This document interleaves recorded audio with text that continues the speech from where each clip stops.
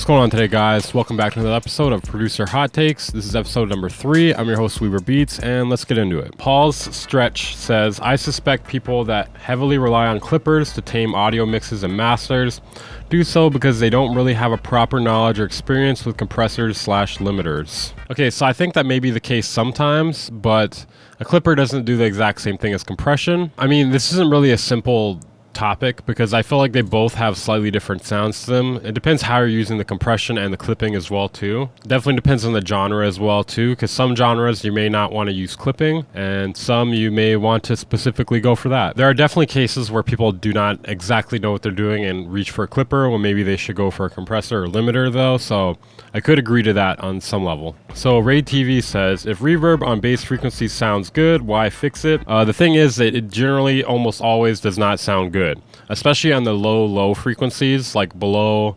150 hertz, for instance. Like it just makes it sound muddy. Like if you're talking more like the mid to high end, like maybe you could get away with it, especially for like some sort of like synth bass or something, like some sort of wobble bass or something.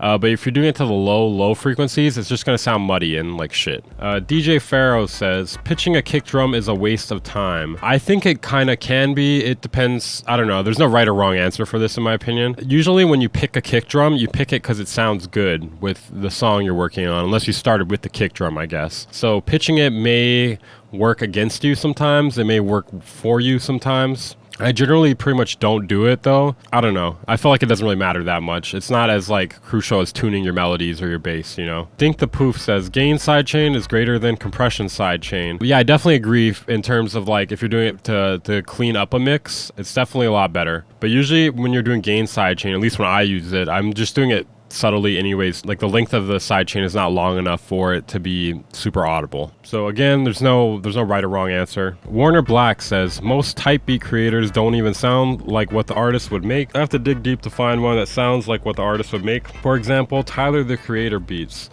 I guess I kind of agree with this. I mean, I haven't like gone through enough type beats to know for sure, but I think part of the reason for this is people usually pick rappers they think they could hear on it, and what rapper you think you could hear on the beat doesn't always mean something that they've done in the past. It's just whatever that this person is imagining they could hear on it. Sometimes they probably also don't know what to label it either, and that's the closest thing they could think of.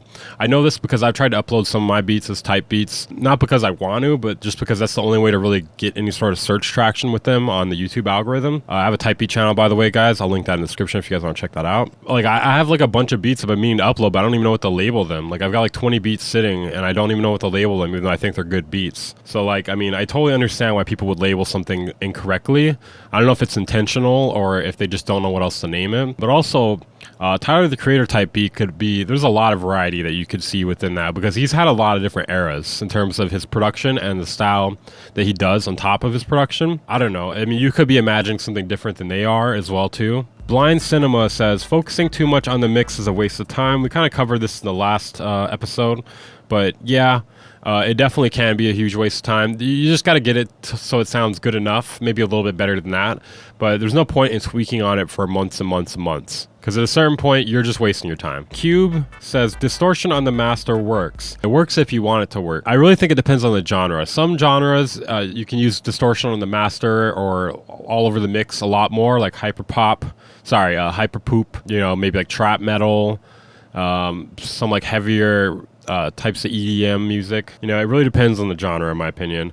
I don't think you're going to be doing that on a jazz master, though. Okay, very similar but related comment here. OTT on the master sometimes hits. Yeah, I could agree with that, I guess. I mean, maybe it'd probably be better on a return, but there is a problem with OTT though, because it can cause phase issues. I watched this video a while back, but also like I almost feel like phase problems sometimes aren't that big of an issue either, especially if you check in mono and it doesn't seem that bad. It's like kind of like the too much time on the mix thing. Like you could definitely over focus on that sort of thing. Oh, what the fuck? There's a lot of comments on the YouTube one. Cassidy says, might be more of a weird take, but there is no such thing as a completely awful track. There's got to be at least more than one guy that can enjoy listening to whatever you make. I do agree that if you like something and if you genuinely like something, there's a chance that someone out there will also relate to you and what you made and like it also. The songs you make, that's more up to subjective perception, whereas you know, maybe mixing, that's also subjective too, but there's definitely a more objective quality to mixing and mastering, whereas like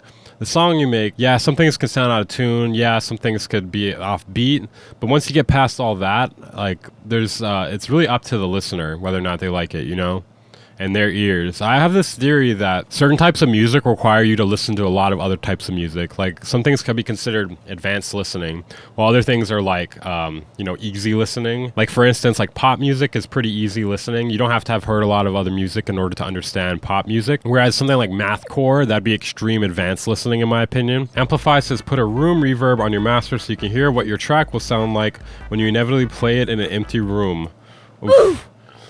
Yeah, that's too real. It's a little too close to home there, man. Hybrid says, music theory is actually really helpful during music production once you understand it. I agree. I do understand why there's some people that kind of rage against the norm of like understanding music theory. If you're at only a certain level of music theory, it can seem limiting, but once you understand a little bit more past that, in my opinion, like if you really understand the concept of keys, and thinking you always have to stay in key, thinking that you have to like play, you know, like the melody has to like be exactly like the bass line. You know, there's definitely ways to think about music theory that can be limiting. But if you understand that it's just like a guideline and not so much a set way you have to do things, then you'll understand that the world is your oyster at the end of the day, you know? Starstruck says, people worry way too much about genres in the EDM scene. The genre can change when you change the snare to clap or increase the BPM by 10, and people get pressed over it, and I think it's stupid. We have way too many genre names, and I think it's starting to harm the community a bit. I don't know if I think it's harming the community, but I do agree that a lot of genres are very niche in terms of like what you have to do in order to fit into that genre. So like it just by changing a few things, you can definitely inevitably end up in another genre. I think it's better to not really think about what genre you're making though while you're making music, at least in my opinion. I prefer to just like make what I make, and then like whatever it is afterwards is what it is. Trey Hudson says, Ableton and FL Studio are equally good DAWs. Overall, I'll see myself out. Yeah, he's right, but don't tell the FL Studio guys that, right? I honestly like post memes like roasting one or the other just because I kind of enjoy just seeing like people get all riled up against each other. So it's funny to me.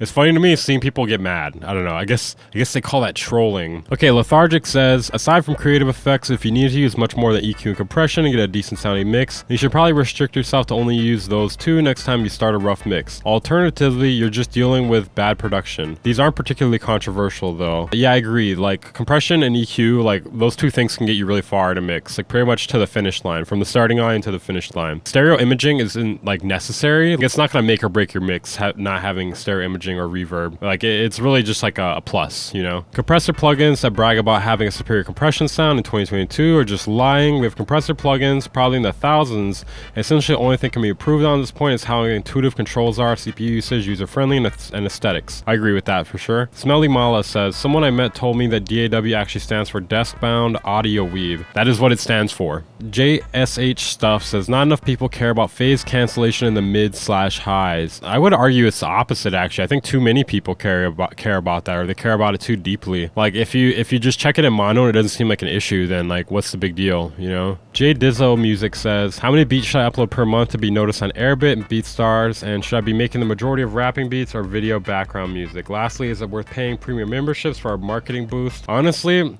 I don't really know. I'm not going to pretend to know. Probably the more you upload per month, the better, I would think. I'm assuming a lot of people that go on to Airbit or BeatStars are people looking for rap beats, but I'm sure there are some that are looking for background music too, but it's probably a lot more people looking for rap beats. And also you can embed them on your own website, so it doesn't really, you can put whatever you want on there, because you can also market it through your website. Not having a limiter on the master is the only way to produce. I think it doesn't really matter unless it's hitting the limiter super hard. Then haven't you heard you're supposed to put reverb on the master while you produce? Bernardo Cantu says, people who use Ableton are greater than people who use FL Studio. It doesn't matter. Tristan Mercer says, setting limiter output on master to 0, not -1, sounds better. Also, many commercial tracks peak, so why bother caring about peaks or ISP? I mean, of course, the 0 is going to sound better than -1. It's louder. It's literally a decibel louder. So that's probably what you're hearing, I would think. Okay, Zalem Beats says, if you don't use ring mod sidechain, you're not an advanced producer. I mean, who cares? Lagima says, everything can use a little bit of OTT somewhere in the chain. I wouldn't say everything. Like,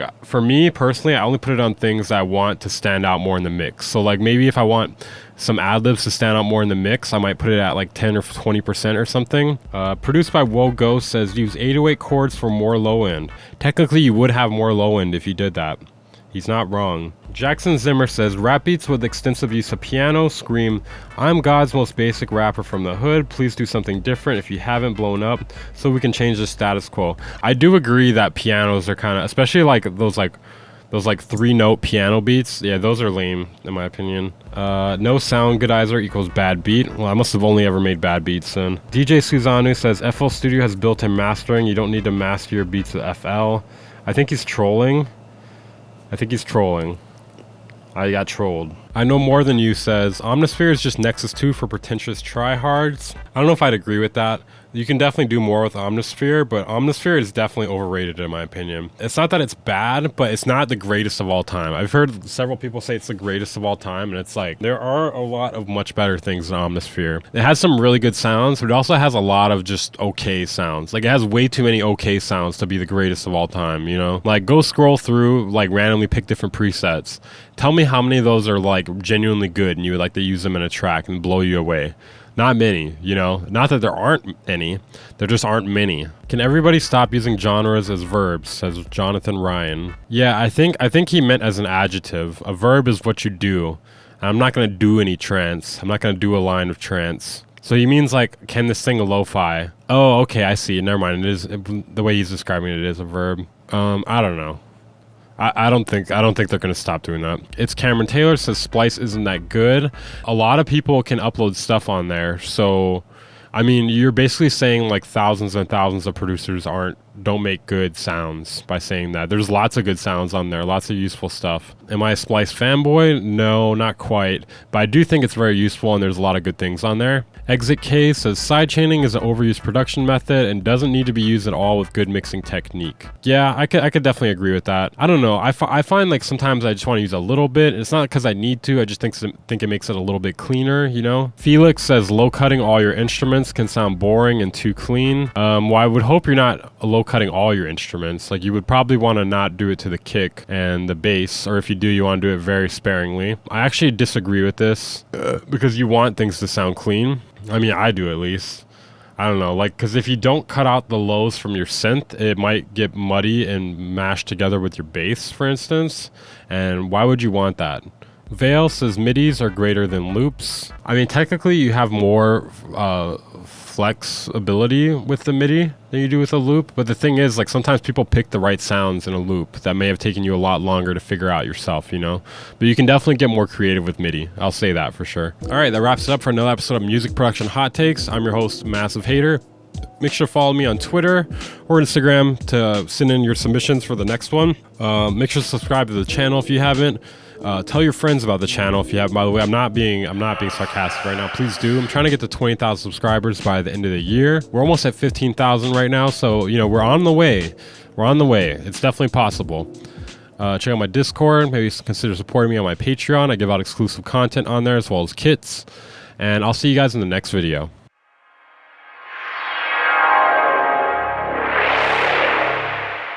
Band Incorporated.